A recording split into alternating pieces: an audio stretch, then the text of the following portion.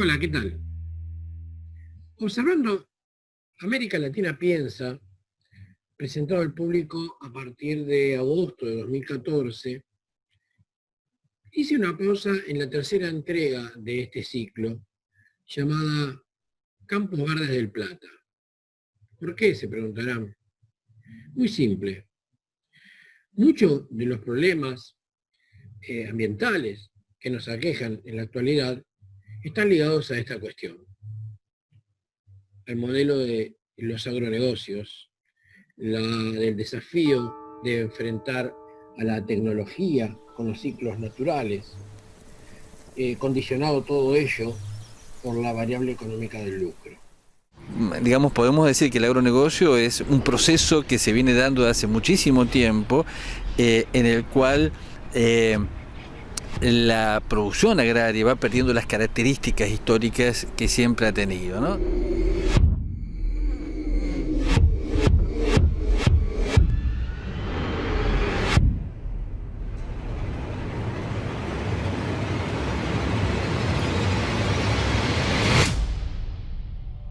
Los flujos, las relaciones, los procesos naturales son reemplazados por capital. El ciclo de la materia orgánica que va determinando en principio que los suelos se vayan nutriendo y que permita la vida de una gran cantidad de organismos, bacterias, hongos, insectos en el suelo, es reemplazado por fertilizantes. Las relaciones que se dan de presa-predador, parásitos, está siendo reemplazada por insecticidas, ¿no? Las asociaciones están siendo reemplazadas por monocultivo. El monocultivo en sí mismo no reproduce las condiciones de existencia.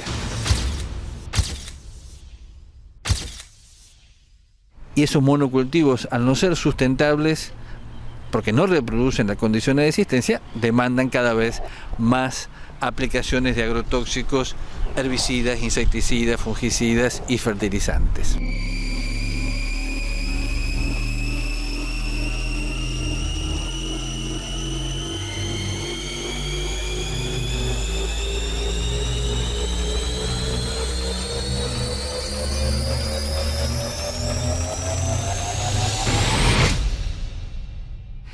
Eso es la revolución verde que no se detiene, que se va enriqueciendo, y hoy estamos viendo cómo aparece la soja resistente al glifosato en los años 90 y esto eleva la cantidad de herbicidas e insecticidas que se están usando.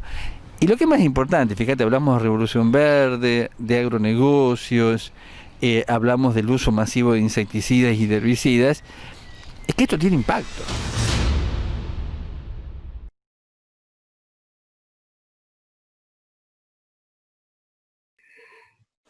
Entonces, nace aquí la idea de entrevistar a Javier Sousa Casadiño, ingeniero agrónomo, magíster en metodología de la investigación científica y técnica, profesor de la Cátedra de Extensión y Sociología Rural de la Facultad de Agronomía de la Universidad de Buenos Aires, coordinador del RAPAL en América Latina, que es la Red de Acción de Plaguicidas y sus alternativas.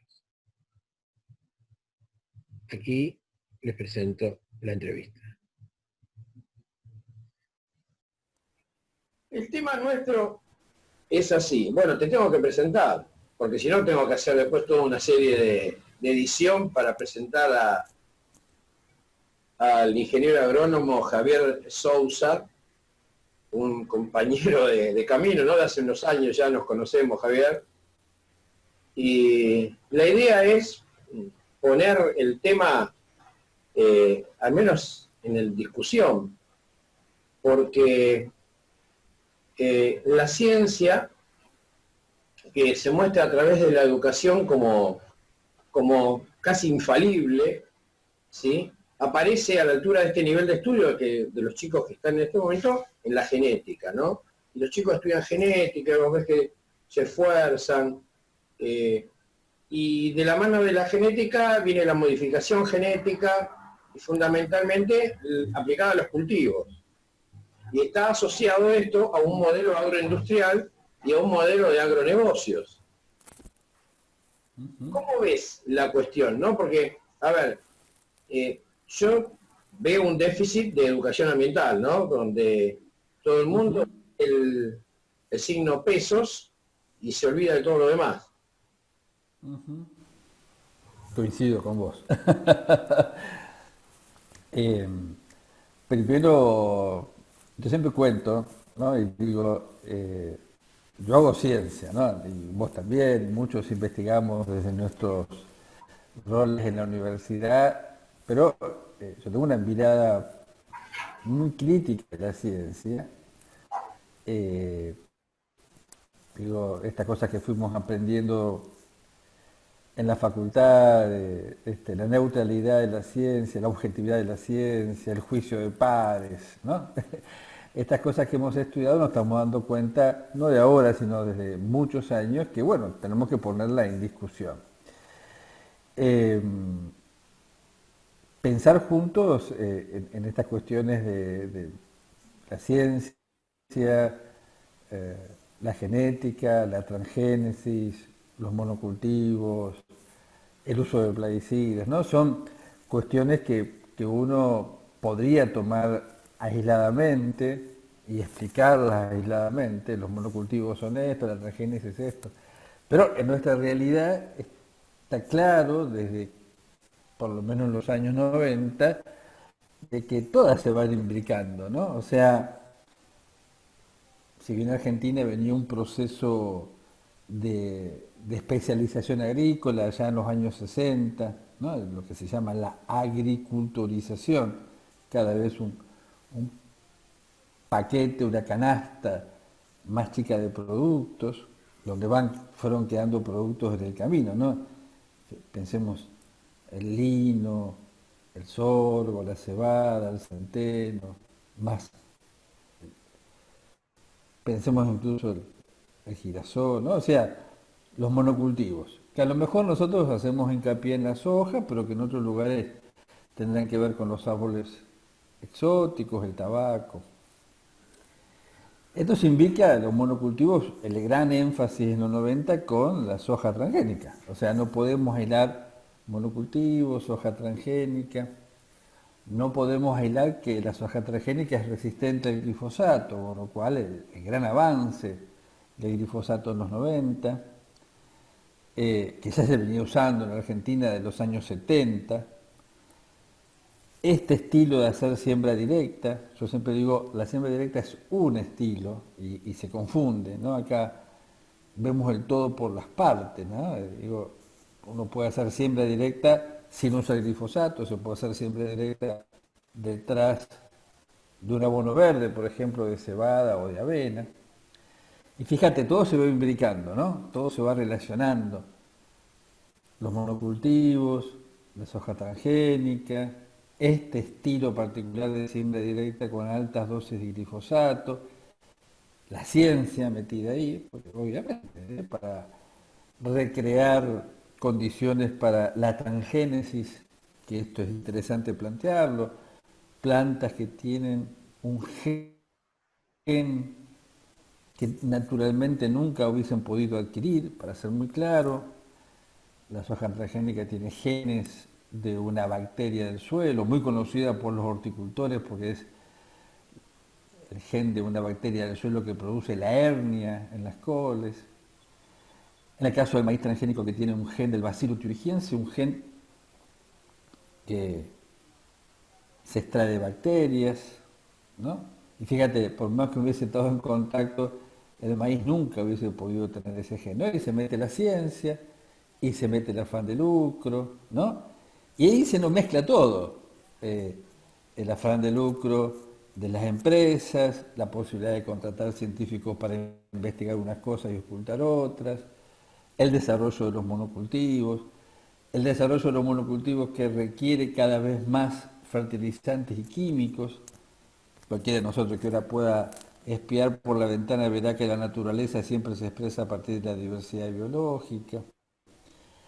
El gran costo energético que esto implica. Y fíjate, se van encadenando, ¿no? Porque decimos, bueno, y esto tiene que ver con que la agricultura dependa cada vez más de la petroquímica, y pensamos en vaca muerta, ¿no? Y vamos hilando y vamos viendo cómo todas estas cuestiones, de manera sistémica y de manera holística, van generando deterioro ambiental, incluyendo, ¿no?, a los seres humanos en el ambiente, ¿no?, que es otra de las cuestiones que también tenemos que aprender, que los seres humanos somos parte indisoluble del ambiente, somos tierra, y que cualquier cosa que hagamos, obviamente, como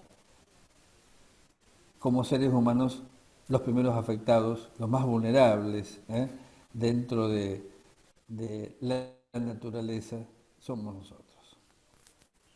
En un documental que estaba viendo,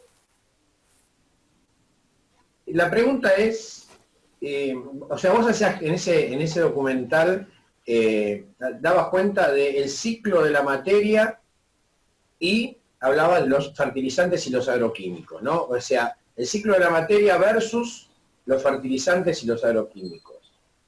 Y la pregunta sería, ¿qué implica hacer agroecología? Porque yo creo que está ahí, ¿no? El tema. No, la agroecología implica muchas cosas, ¿no? Fíjate también, hoy pensaba a la tarde, cómo fuimos cambiando, incluso lo que hace muchos hacemos agroecología, ampliando, ¿no?, miradas, horizontes, cómo fuimos metiendo perspectivas dentro de la agroecología. Y está claro lo que vos planteabas, ¿no? Una mirada hoy desde la agricultura, que tiene varios nombres que le podemos poner, desde la agricultura industrial, la agricultura basada en insumos químicos, ¿no? Se toma, se toma el suelo como un recipiente, ¿no?, como un lugar donde uno puede poner y sacar cosas, en este caso nutrientes o agua, para que las plantas puedan crecer. Y la agroecología tiene una mirada más profunda, ¿no?, de lo que es la tierra, de lo que es el suelo. Yo hacía una nota el fin de semana para un periódico acá del oeste, se llama Voces Suburbanas, y decía, muchas veces pensamos que el suelo es meramente un factor de producción, ¿no?, como la tierra y el capital, el trabajo, y la tierra es mucho más que eso, ¿no? Es un organismo vivo. Eh, Sir Howard, súbito inglés, nos habla en un libro que se llama Mi Testamento Agrícola. El suelo en sí mismo es un organismo vivo que tiene millones y millones de bacterias, de hongos, de protozoos, de insectos que, que participan cada uno en una cuestión muy específica, algunos descomponiendo la materia orgánica, otros transformando materia orgánica en nitrógeno. Vamos a encontrar perjudiciales, vamos a encontrar insectos que quieran comerse la raíz, hongos que quieran comerse la raíz, pero la idea desde la agroecología es siempre pensar en eso, ¿no?, que el suelo es un organismo vivo, que se van a producir una cantidad de procesos, de relaciones, flujos como el de la energía, ciclos como el de la materia orgánica, relaciones entre insectos, relaciones entre hongos e insectos, relaciones entre plantas y hongos e insectos. Hay múltiples. Y de la agroecología buscamos eso, ¿no? La agroecología, también fíjate, cuando accedimos a los primeros textos, yo los primeros textos los leí al principio, yo mi primer material de agroecología lo leí en el año 87, me acuerdo unas cartillas del CET, ¿no?, el Centro de Educación y Tecnología de Chile, y ya ahí nomás fue una charla, me acuerdo de Senecos, uno de los primeros grupos que trabajó en huerta orgánica, en agricultura orgánica y después en agroecología, ¿no? Y fíjate, de ese entonces que a lo mejor se pensaba a la agroecología a veces como un modo de producción o como una ciencia donde tomábamos algunos elementos de la ecología para aplicarlos a la agricultura, a hoy, que pasaron más de 30 años, fuimos incluyendo variables, dimensiones tecnológicas, políticas, espirituales, filosóficas, ¿no? Y la agroecología hoy, para muchos ya dejó de ser un sistema de producción, una alternativa, dejó de ser eh, una ciencia, una disciplina, para transformarse en un paradigma, en una manera de visualizar, interpretar la realidad agraria y hacer propuestas, ¿no? La agroecología, lo que incluye lo que decíamos recién, una dimensión fundamental que es la protección de los suelos, es un paradigma que nos da herramientas para interpretar la realidad uniendo lo social, lo productivo, lo ambiental, lo cultural y pistas para pensar cómo podemos intervenir en esa realidad, ¿no?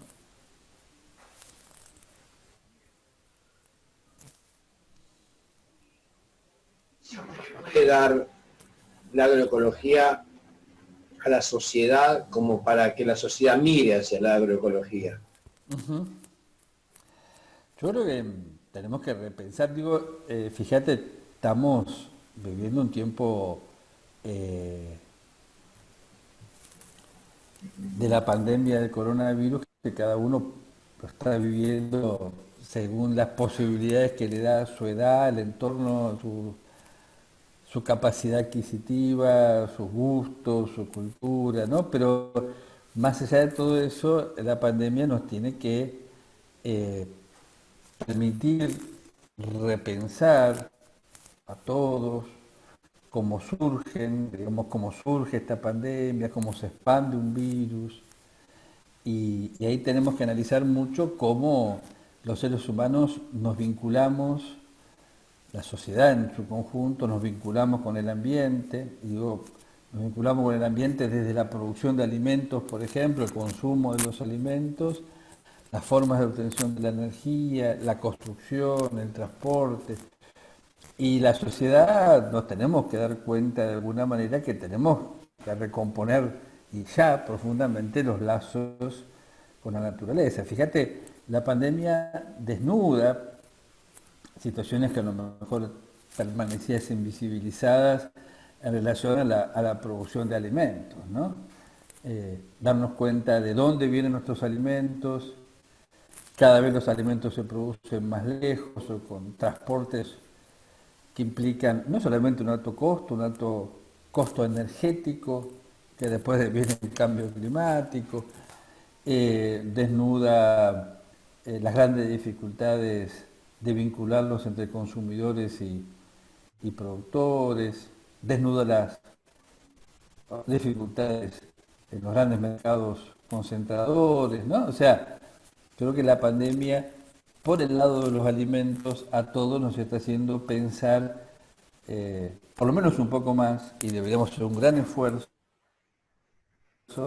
pero bueno, ¿de dónde viene nuestra comida? ¿Cómo llega? ¿Cómo se produce? Y darnos cuenta que también como consumidores tenemos un rol fuerte para apoyar otros sistemas de producción, de intercambio, que pueden pasar o no por el mercado, pero de intercambios a lo mejor diferentes. Cuando hablaba de agrotóxicos, agroquímicos, fitosanitarios, como se los quiera denominar, y los estudios los hicieron desde dos perfiles, desde el que indica el producto o el fabricante y del uso del productor, que siempre o le echa un poquitito más para estar un poco más seguro o empieza a advertir que algunas especies son un poco más resistentes de lo que pareciera.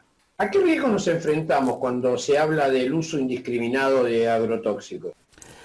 Bueno, los riesgos son muy grandes, ¿no? Como vos decías, yo empecé a hacer mis primeros trabajos en horticultura en el año 86, fíjate, ya van a ser, agosto del 86, ya van a ser 34 años, y las primeras dudas tenían que ver con lo que vos planteás, ¿no? Cómo se adquirían los productos químicos, dónde se adquirían, cómo se usaban, dónde se guardaban, cómo se dosificaban, ¿no?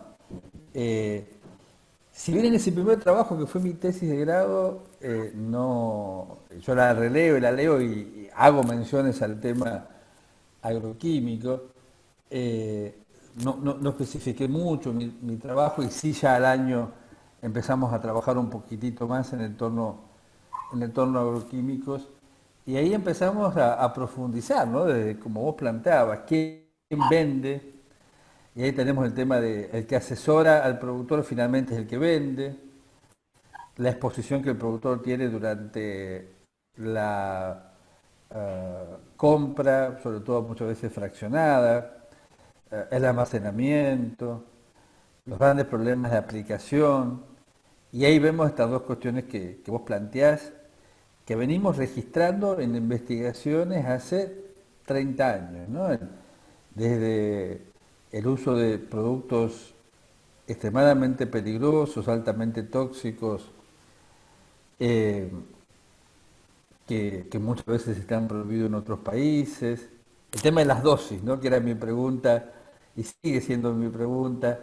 Y siempre me dicen, ¿no? Productores y productoras parece que tuvieran criterios muy subjetivos, ¿no? Una tapita, un chorrito, un poquito, o muñequean muchas veces y dicen, bueno, ponemos lo que da, ¿no? Y el otro tema es el tema de las mezclas, el tema de las mezclas que no es cuento, lo hemos visto, lo hemos verificado, el tema del uso de productos que están permitidos en otras actividades agrícolas, pero no en la horticultura, en el caso de algunos fungicidas. Cuando muchas veces decimos esto, yo creo que las personas que escuchan a veces se alarman y a veces piensan que no es verdad, ¿no? O sea, desde el pensamiento muchas veces de los consumidores es, bueno, si hay una serie de organismos que controlan eso, no podría no podría estar sucediendo que alguien utilice un producto que se puede usar como fungicida del trigo en la agricultura. Si no está permitido mezclar productos, porque la evaluación toxicológica se hace por cada producto por separado, puede ser que nadie lo controle. O es que también, ¿no? El tiempo de carencia. Y ahí tenemos varias dificultades, ¿no? Desde que, como decíamos recién, muchos productos se venden sin marbete, con lo cual el productor no sabe los días. Cada productor, muchas veces en la horticultura, tiene 10, 12, 15 cultivos, y dentro de cada cultivo a lo mejor tiene 3 paños, 4 paños de diferentes estadios. Pensemos en tomate, lechuga, ¿no? Con lo cual ahí tenemos, fíjate, 3 variables en conjunto. Tenemos mucha información que si no hay un registro, el productor no sabe dónde aplicó, qué aplicó. Y ahí tenemos esta situación. Productos extremadamente peligrosos, mezclas de productos, y la tercera, que no se regula adecuadamente y no se cumple después el tiempo de carencia, ¿no? Y ahí entonces tenés como 3 situaciones complejas que hacen que lleguen productos a los consumidores que no respeten este tiempo, más sabiendo que hoy una gran parte de la producción se van canalizando hacia ferias, mercados regionales, ¿no? Donde no hay ningún laboratorio que sea capaz de controlar esta producción, ¿no? Es decir, ahí tenemos como situaciones muy complejas que dan cuenta de que estamos comiendo frutas, hortalizas con una carga de agroquímicos muy por encima de lo que dice la legislación, que es la dieta diaria a domicilio. Fíjate, hay una cuestión muy rara que dice que vos y yo podemos ingerir, ¿no? Una cantidad diaria de agroquímicos sin que nos pase nada, ¿no? Que es la ingesta diaria admisible que tiene algunos parámetros en Europa, otros en nosotros, y que tampoco habla nada de las mezclas, ¿no? O sea, de por sí ya es muy criticable que pueda existir algo como la IDA, ¿no? La ingesta diaria admisible, que dice que podemos cada día comer tanta cantidad de glifosato, de clorpirifox, ¿no? Si a eso le sumamos las mezclas, todos estamos comiendo muchísimo más allá de lo admisible, repito, que ya de por sí es cuestionable, ¿eh? Porque la ingesta diaria admisible está diciendo que nosotros, vos y yo, podemos comer tanta cantidad de químicos por día que no nos va a pasar nada. Ahora, vos y yo somos diferentes, a lo mejor tenemos enfermedades persistentes, dificultades en nuestro sistema inmunológico, ¿no? Y la ingesta diaria admisible es algo normal, un parámetro determinado ¿eh?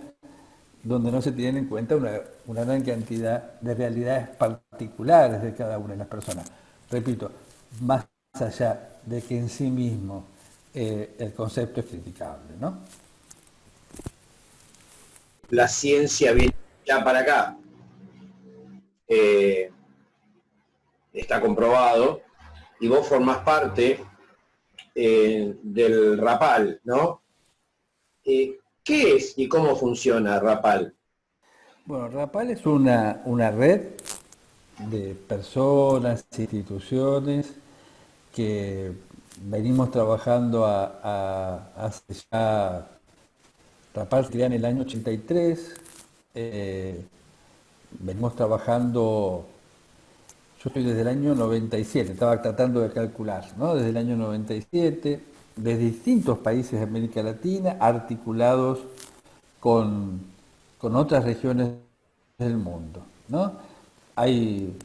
Cada país tiene un nodo, en este caso en Argentina la persona responsable soy yo y desde hace también ya una serie de años soy el responsable para Latinoamérica.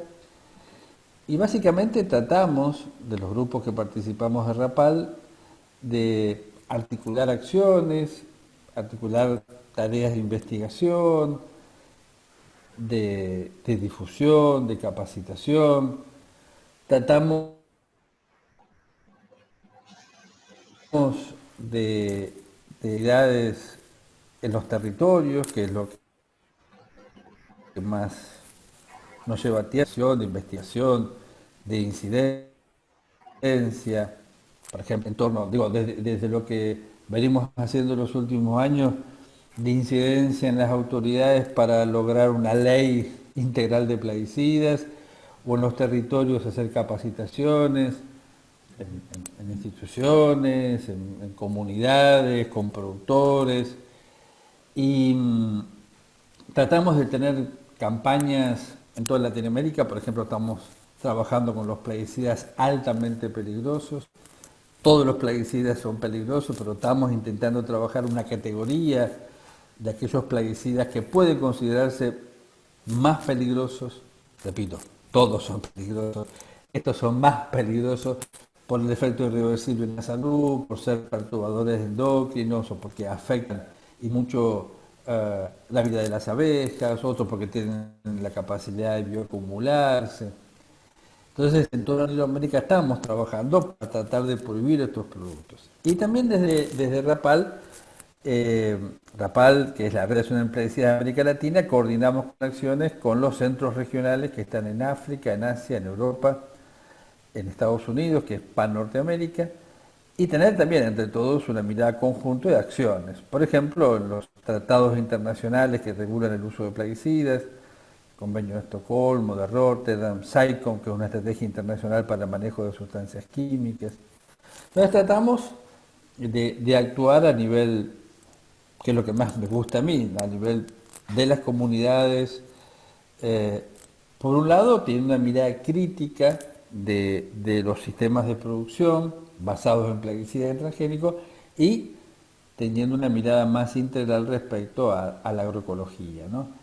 Como decíamos hoy, no solamente como un sistema productivo, sino como un paradigma en el cual vinculamos aspectos y dimensiones productivas, tecnológicas, espirituales, sociales. Eh, y tratamos de vincularnos con otras redes, la red, por ejemplo, en Argentina con el movimiento agroecológico de América Latina, con la red internacional contra los transgénicos, RALT, con AIPEN, que es una red internacional sobre contaminantes persistentes. O sea, tratamos de generar una mirada crítica, por extensión, a también criticar el tema del consumo, y de generar propuestas, ¿no? De generar propuestas a lo mejor en cada comunidad, en cada zona, sin dejar de lado por también la autoproducción de alimentos a nivel urbano, ¿no? Y sin también criticar el gran consumo de plaguicidas que hay a nivel hogareño también, porque lamentablemente muchos de los plaguicidas altamente peligrosos se usan en los hogares, ¿no? Entonces, bueno, RAPAL lo que busca es eso, informar, capacitar, investigar, hacer incidencia, ¿no? Para para lograr, bueno, mejores estándares de vida integrales respecto a lo que comemos, el aire que respiramos, el agua y mejorar, obviamente, las relaciones sociales. Bien, vamos a ir terminando para liberarte. Esta juventud, y no tanta juventud, esto quizá vaya a las redes, ¿no? Si vos lo aprobás, por supuesto, que está viéndote y escuchándote, van a tener que tomar decisiones los jóvenes al respecto de estos temas. Y en muy poco tiempo, muchos de ellos. ¿Qué les aconsejás como para cerrar con este tema? Bueno, a ver, vos y yo fuimos jóvenes, ¿no? Un poco más jóvenes que ahora. Yo empecé a dar clases en la universidad a los 24, ¿no? Y como te contaba recién, empecé a pergeñar mi tesis mirando el tema de los plaguicidas a los 23, ¿no? Y esa es una, ¿no? Que no claudiquemos en la necesidad de investigar lo que pasa. Fíjate, volvemos como el retorno nietzschetiano, la pregunta del principio, ¿no? La ciencia, la investigación. A mí me gusta mucho investigar, yo tengo una maestría en metodología de investigación y siempre recomiendo a los jóvenes que investiguen, ¿no? Incluso que no se, muchas veces les digo esto, me acuerdo, crean, no me crean lo que les estoy diciendo, y ahora tenemos más herramientas, ¿no? Para no creer, no me crean, investiguen por ustedes, que investiguen, que conozcan, esa es una de las primeras cuestiones más interesantes que podemos tener, ¿no? Yo doy clase también en un instituto terciario, Merlo, y promuevo eso entre mis alumnos, que salgan, que miren. La segunda cuestión es que tengan un espíritu muy crítico, ¿no? No solamente nosotros que somos un poco más grandes, sino que entre ellos, ¿no? Aprender a criticarnos. Muchas veces la palabra crítica, nosotros, todos los más grandes la tenemos como algo lapidario, ¿viste? Nos critican. No, que tengamos capacidad autocrítica, que nos critiquemos nuestras miradas, nuestras acciones, ¿no? Que mantengamos un espíritu crítico me parece interesante. La tercera cuestión, que tengamos una mirada humana, ¿no? Es decir, voy a tomar una frase de Machado Arauz, mi compañero de BP en Catamarca. Lacho siempre dice, el ser humano viene del humus, ¿no? Y el humus es tierra y vamos a volver a la tierra. Pero tener esta mirada humana, ¿no? Una mirada humana, una mirada que tiene que ver con recomponer los lazos que tenemos los seres humanos, ese espíritu que nos recorre, más allá de la religión, los regímenes de creencia que podamos tener cada uno de nosotros, hay algo que nos recorre, nos interconecta a los seres, que es, bueno, sabernos humanos, esa mirada humana, ¿no?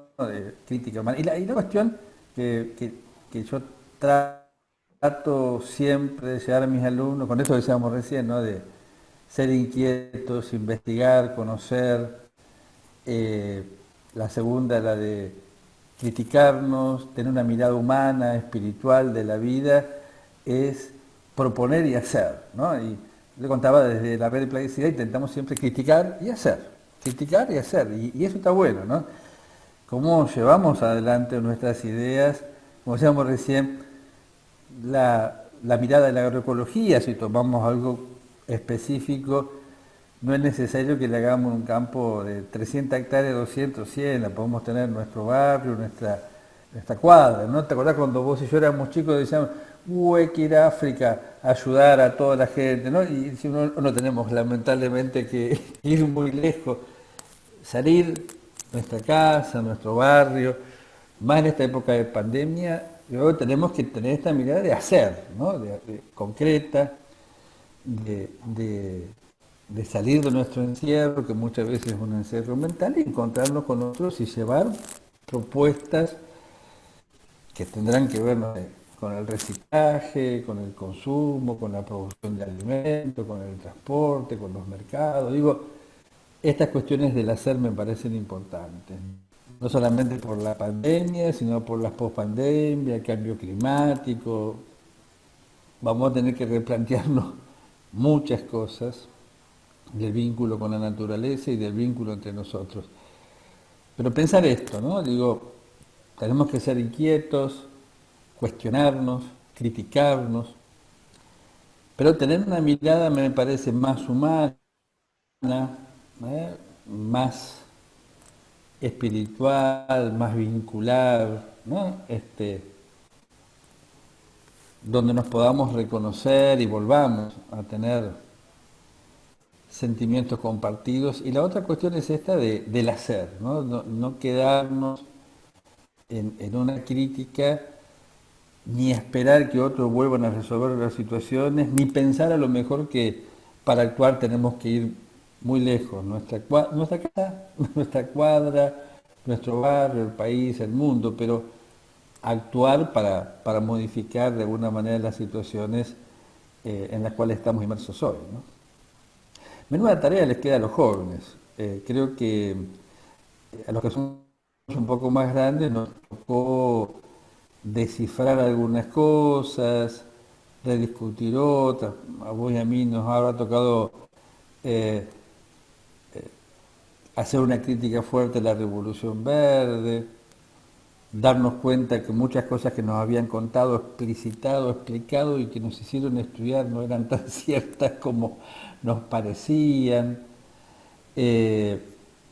Vimos cosas, descubrimos cosas, nos criticaron mucho y fuimos haciendo un camino y otros continuarán, ¿no? O, digo, no el mismo, bifurcarán, harán una curvita, irán por ahí para atrás para retomar. Y me parece que los jóvenes tienen, bueno, una tarea muy interesante para, no digo continuar, no digo que haya que continuar, a lo mejor para repensar y a lo mejor buscar el camino donde a lo mejor crea más conveniente, ¿no? Así como hicimos nosotros.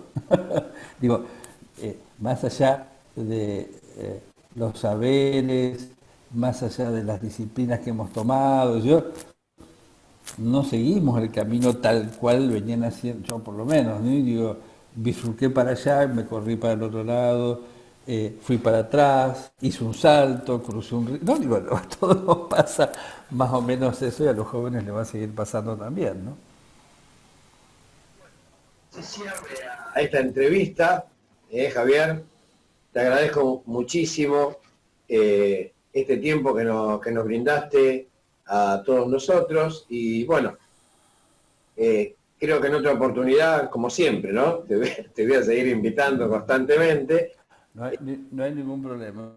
Y No hay ningún problema. esta charla también la compartamos con los chicos de política ambiental de la universidad, ¿no? Porque el tema Me también parece perfecto, me parece bueno. Que es se pueda compartir y me parece muy interesante. bueno. Bueno, muy bien. Vamos finalizando por acá. Carlos, muchas gracias. No, al contrario, al contrario. Muchas gracias, es bueno siempre compartir las ideas. Dale, igualmente y Que estamos estés muy bien y gracias. Que estés muy bien, que estés muy bien. igualmente.